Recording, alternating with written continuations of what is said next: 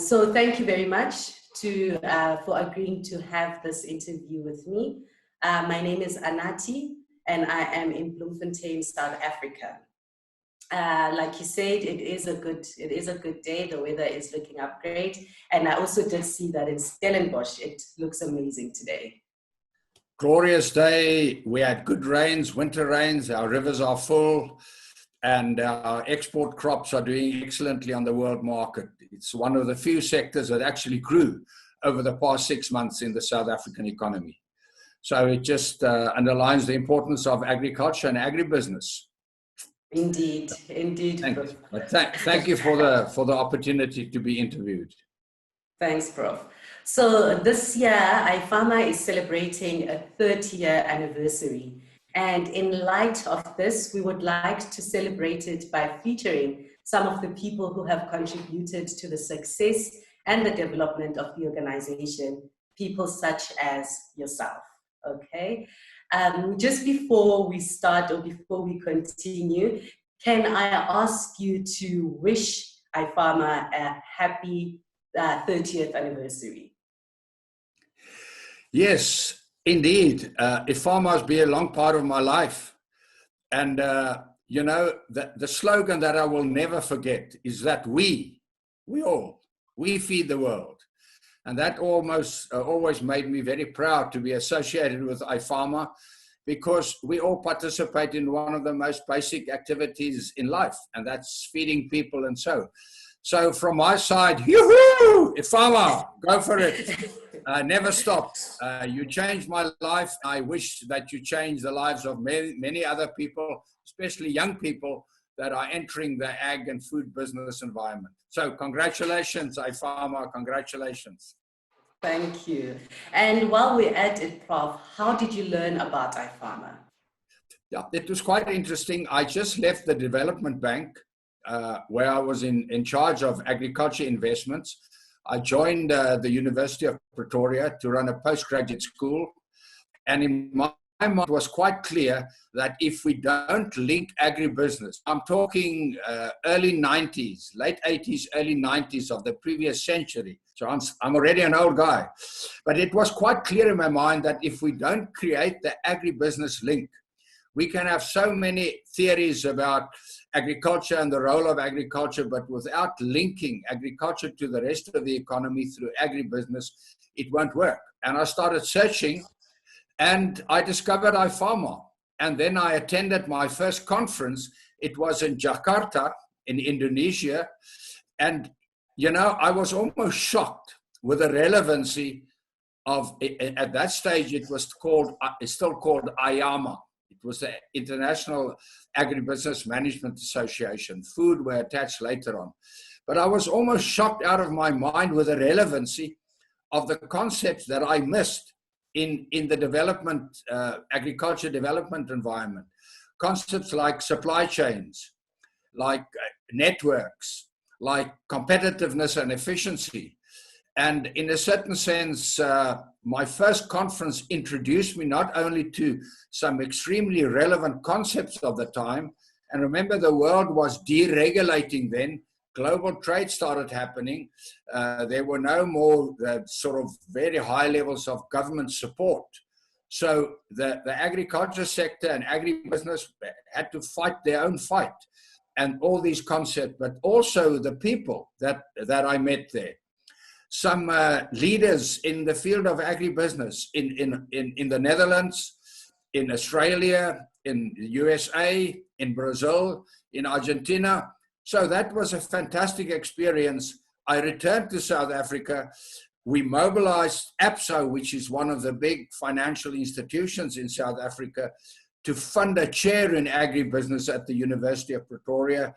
And due to my first involvement with Ipharma, I was in a position to motivate a big financial institution to fund a chair in ag business at the university that I just joined. So it's a very special experience and first acquaintance with Ipharma that I had. Very interesting. That's very interesting to hear, Prof. And I know with all these years and about 10 years serving in the board, Between the years 2015 and 2018, you served as the Ipharma president. What was your day job at the time? Well, of course, I never thought I would serve in that position when I started, but inter alia through support from my friends in the Dutch agribusiness, Jan Faruko, Peter Zuurbier, Onno Omta, and those people, they proposed me for the board. But it was also a stage, the early 2000s, where Ipharma, Ipharma became Ipharma. We added the food business into it, and we wanted to expand, and there were virtually no interaction with Africa. And I guess I was the right person at the right time, and I was appointed to the board. So long story short, I really tried to get the Ipharma conference to Africa. And in the first years, I could not succeed. And it irritated me so much that I resigned from the board. And then Mary Shellman, a previous president, brought me back, because Mary absolutely understood the importance of the African economy and the African agriculture economy in the whole ag business environment. And then under Thad Simons, I was given the privilege to bring the conference to Africa. It happened in Cape Town, 2014, but the condition was it had to be a Pan-African conference. And we really made it a Pan-African conference with participation from Africa all over. And I guess that led to my selection as the president for the few years that I thoroughly enjoyed. So we're glad that we did have the conference in 2014 in Cape Town. But in 2017, Prof, during the tenure of your presidency, the conference was held in Miami. What were some of the highlights of that conference? Well, you see, even when I took over, Ipharma was in a bit of a financial fix. In fact, we were technically, not emotionally and not intellectually, but we were technically and financially almost bankrupt. So we had to develop a new model. And it started with a conference in Aarhus in Denmark, but we really refined the model to include the whole idea of partnerships. And we partnered with the Center for Agribusiness at Purdue University, Alan Gray. And so firstly, it was a great working together and experience to partner an important conference such as Ipharma. And of course, Miami was a fantastic place. It was central. It enabled us to draw a lot of people from Latin America, from Africa, from Europe, and also from the USA and Canada. And we also drew people from Japan and China, and that is where the China connection started. And incidentally, that is also where our connection with the Dutch proposal started to stage this conference in 2020 in Rotterdam. So it all started there. So in a certain sense, it was a little bit of a first, in the sense that we implemented the partnership approach. It led to a good profit, if I could use that word, and it put Ipharma again on even keel in terms of our financial situations. But it also led to some interesting international linkages that we could build on, the Argentinian conference and the Rotterdam conference that actually followed. So that was the one thing. The other thing was the explosion of the case study competition. And honestly, we didn't expect it to be like that.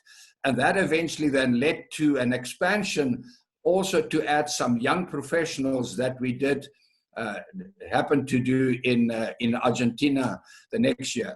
And then finally, Carol Broekens, which was, unfortunately, she passed away. It was one of the victims of COVID, but an exceptional woman, a guiding light. At a certain stage, she was on the board of the World Bank, and she always held Ipharma very close. And she came to me and said she would like to sponsor a team of South African students to participate in the case study. So in fact, that year we had two teams, one African team and the other South African team. And the team also spent some time with Carol Brookens. And of course, all of them were highly impressed with the quality of this woman. I still have a very nice photo of all of us with Carol Brookens. So it's so unfortunate that Carol passed away earlier this year. But those were the three highlights from the Miami conference. Just picking from your highlights, Professor, speaking of partnerships as well as the finance part, you serve as the director of the Standard Bank Center for Agribusiness Leadership and Development. What is unique about Ipharma and what makes it different from other organizations in the agricultural sector? Mentioning the one that I mentioned also, the center. Yeah. You know, I want to go back to my first conference. What was so unique was the topics. In fact, they were looking forward. They started talking about from the value chain, from the supply chain, they moved to the value chain networks, competitiveness. So the topics was quite unique. It wasn't the typical, I'm an agriculture economist, it wasn't the typical agriculture economic topics. It was topics that fit into this gap between agriculture in the economy and agriculture in the business. So that was the first thing. The second thing was the quality of people. I mean, you could rub shoulders with top CEOs. I remember I met the CEO of Unilever, of Rabobank, some of the top people in the Asian agriculture economy, CEOs, and you could talk to them and they were prepared to spend time with you. And then the academics, there were some excellent academics there. So I guess the first thing that struck me was the true interaction between industry and people in the operational world, where I came from, with people in the academic world, where I moved into, and that really fitted the situation. I think recently we also brought in the young people. We brought in students, the student case study competition. So we succeeded in some cases, even with almost 30% of the participants in our conference were students, senior students, PhD students, master students. And then now recently also the board, which you serve on, bringing young people into the system. So I think what Ipharma succeeded and many other institutions could not was somehow to entice the business guys to attend sessions where academics were involved and where young people were involved. And I think if you just think of it, that is almost a fantastic partnership, which Ipharma should never lose. And then, of course, we have our journal. We have our case study teaching, with professors that teachers in business case studies are assisted to do that better. We have our academic symposium, where master students, PhD students with their study leaders can present their ideas and papers, which is again fantastic. And then we have the forum where the big dogs in the industry interact and have open discussions. So I really think it's a magic formula. Indeed, indeed. Professor, you speak very highly of the topics in Ipharma, especially in the conferences. For this year, the title of the conference is Food for the Future. In your own opinion, what do you believe needs to change in order for us to adequately feed people in the future? Now I'm picking your mind. Yeah, I go back to my grounding as an agriculture economist, and I see a demand, and I see exploding demand in different parts of the world, and I see a supply. And the supply of food is differentiating very much from farm level supply to even artificial production in vertical agriculture systems. So apart from the excitement, there's a lot of changes in both supply and demand. And I think to ensure that there's a good marriage, a good mix-up, and not a mismatch, we must keep the markets open. We must really concentrate on the information systems. Ipharma must concentrate on supporting people to be aware of all these things. But the secret would be to make the market function, because the market will solve supply and demand. Government may have to come in some cases, and I think they would be welcome. Other parts of the public sector, but essentially the environment in which demand and supply need to meet each other, because it will meet if it is unable to meet. So I think, in my mind, very fundamentally, it is to open up the market. And linked to that would be the human capital development required for people to manage those markets. So I still see a very strong role for innovative management that can capture all the new innovations, the new technologies, understanding the blockchain, understanding new consumer preferences. So that is what I see as the future. And this Rotterdam conference, with this range of discussions we had, were actually quite pinpointed. What about ethical considerations, environmental considerations? How do you capture those considerations in a business system? And quite a few of the panels actually discussed that. So I see excitement. I don't see any reason for panic, provided we keep sharp, we work hard, and we don't close our eyes for all the opportunities that are really available. And I also hear, Prof, you are very impressed with the nexus between the industry as well as the academia when it comes to Ipharma. What are your thoughts, or what do you think Ipharma can do to better bring stakeholders together to fill in the mission of Ipharma and improve the global food system? Yeah, I think from my perspective, the problem is not so much with the academics. They love the opportunity to interact with the industry. How do you entice the industry into sharing? So I think that is a challenge. I do believe we need to consider with our annual conference, and next year it will be in Costa Rica, because it creates a unique opportunity where you can really rub shoulders with the young and the experienced and the old and the big dogs. So we should never stop with that. But I believe that this type of interaction that was almost forced this year through the COVID environment, using online discussions, using online panels, I think we should continue with that. A farmer can die if it's not in the eye of the beholders. So we must create the beholder group, and we must keep on feeding this beholder group. And I believe this is exactly the type of thing. And I believe that the young board, in fact, is pushing very hard so that Ipharma is not just a once a year gathering of like-minded people. Ipharma must be a consistent gathering of like-minded and different-minded people. So I think we must keep the discussion going right through the year. And in my mind, that is the big challenge for Ipharma, to keep in the eye of the beholders. And the beholders in this case is not only the academics, it's also the industry. So you're saying interactions like these that don't necessarily require us to meet physically will be important in, or will play a big role in ensuring that stakeholders are part of, or we get more stakeholders into the organization. Absolutely.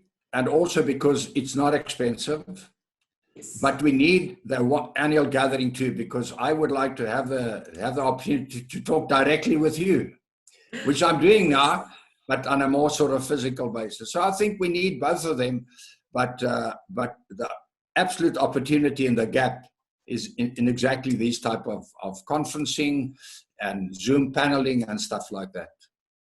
Okay. Professor, on my side, I have covered mostly everything, but is there anything that you would like to add as guidance to the future leadership of Ipharma? Yeah, I'm going to ask you, what do you think Ipharma should do not to die? I think let me finish my interview first, and then I can tell you all about what I think. So what do you think, or what would you like to add as guidance to the future leadership? Then I can take from your answers. No, I think if Ipharma moved due to this COVID crisis, it moved ahead quite dramatically.